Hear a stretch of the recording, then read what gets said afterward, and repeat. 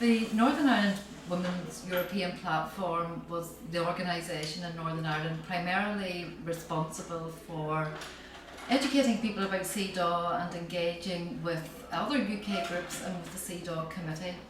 And it had been doing that for some years when we went to the examination in 2008. And one of the issues which we had included in our shadow report was the restrictive nature of access to abortion in Northern Ireland, which was within Northern Ireland a very, very contentious issue.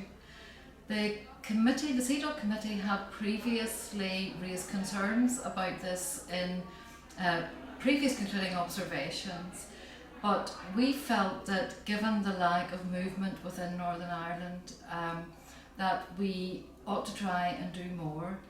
And during that 2008 hearing, we had conversations with one of the committee members who mooted the idea that we should consider whether we'd like to make an application under the CEDAW optional protocol for an inquiry into abortion in Northern Ireland. And it was actually at a Women's Resource Conference following that examination in 2009 when the plans to take that forward were progressed. We met with the same committee member again and with some of our UK colleagues. And within Northern Ireland, NIWEP linked up with the Family Planning Association, which have been working on the reform of abortion for many years, and with a pro-choice organisation called Alliance for Choice. And the three NGOs together decided that we would make an application for an inquiry. I guess it is quite maybe difficult for people to understand how challenging that seemed to us. Not just because it's quite a daunting thing procedurally to do, but also that there was very little support within Northern Ireland from politicians. There was actually not unanimous support from our human rights organisations for, well, I suppose people were very reluctant to speak openly about abortion reform. But in the end, we decided that despite the risks, that this would be a useful thing to do. And it took us a year to compile that report. We knew and were continually told that it had to be very evidence-based, that we had to prove systematic and grave violations of the Convention. The process of writing that report and bringing it together was actually really inspiring in many ways, but it did take a collection of people to do it. And those three organisations worked really well together and brought in expert opinion from other agencies. And in the end, we felt that we had a 100-page document which did justice to the experiences of women in Northern Ireland whose rights had been violated. And we submitted that to the committee.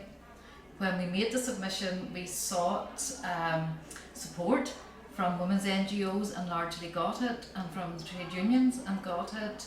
We didn't at the time have support from some human rights organisations who felt they couldn't write a letter, and from our human rights bodies.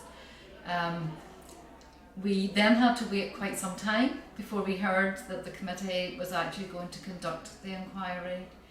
And we found, I could actually say to people, if they feel they have a case and they do the work, that it is really worth doing that, because we found that the committee took it very seriously once they made that decision and conducted a very robust inquiry.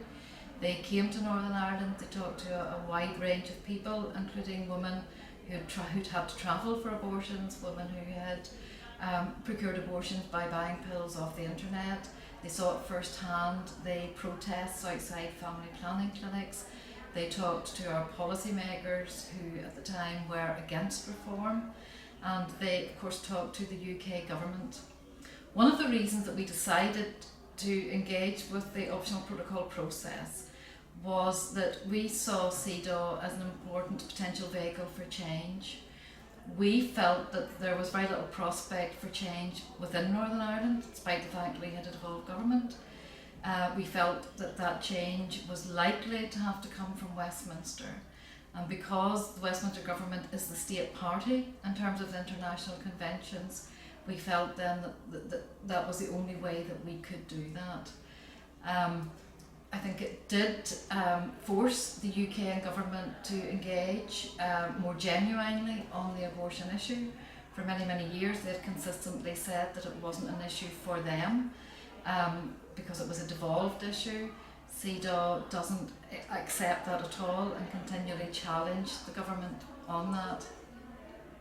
We had to wait 7 years before we found out the conclusion of the committee, but the wait was worthwhile. The committee presented a very robust report which found that Northern Ireland women had experienced grave and systematic violations. It made very, very strong recommendations which, as time has proven, have been too difficult for the UK government to ignore. The academics within Northern Ireland, but particularly the NGO sector, really used the recommendations to lobby for change and to keep the issue in the public domain. And it's also been very helpful in stimulating public debate in Northern Ireland on this issue. I think we can underestimate the importance of that, but I think now that across the piece, the general public, the NGOs, human rights organisations and politicians talk about abortion now in a way they never would have in the past. The issue has become normalised. Since the inquiry report has come out, initially the UK government was quite resistant to saying it was going to do anything. It did keep saying that it was a devolved issue. Many of Northern Ireland politicians also continue to say that, but actually there has been progress. The Women and Equalities Committee initiated an inquiry into abortion in Northern Ireland. They received over 700 submissions, the largest ever.